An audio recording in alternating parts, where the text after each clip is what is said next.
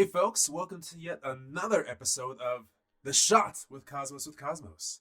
And here's to, let's find out. See what's going to happen here.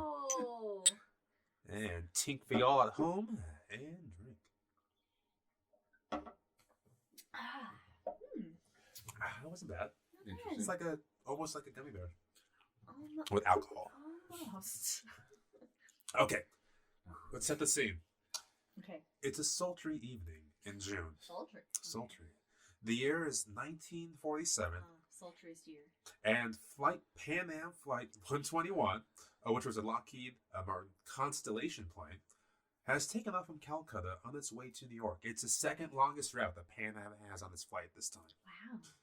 So as the passengers are dozing to the humdrum buzz of the propellers, an engine goes out. Propellers. Okay. Then 47. Yeah. Then the engine overheats and catches fire. Oh shit. The heat becomes so intense it burns off the engine from the wing. Oh no.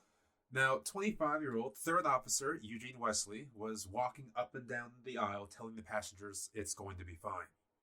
Mm-hmm. But this thing is, Eugene Wesley was an Air Force veteran.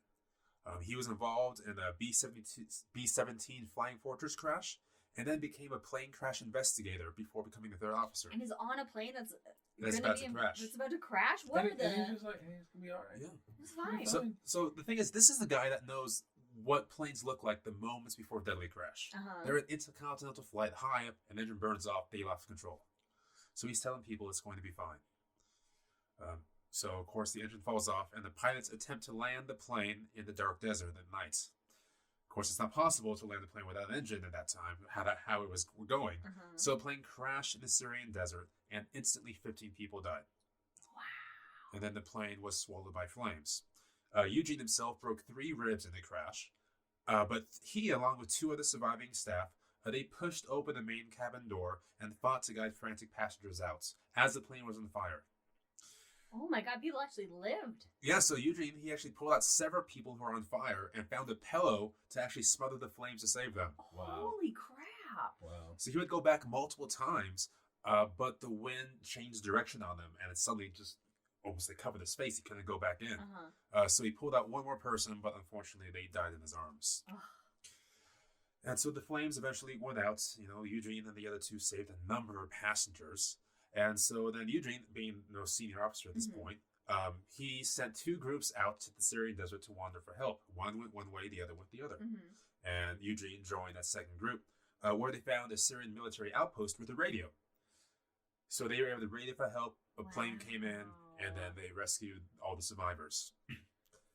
So a year passes, and Eugene finally steps away from Pan Am, because after events like that, that's his, at this point. Yeah, stay away from planes, All these crashes.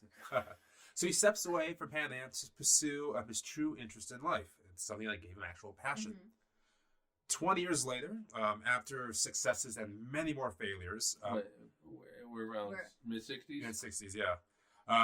He wrote a pilot episode called The Cage, starring Jeffrey Hunter.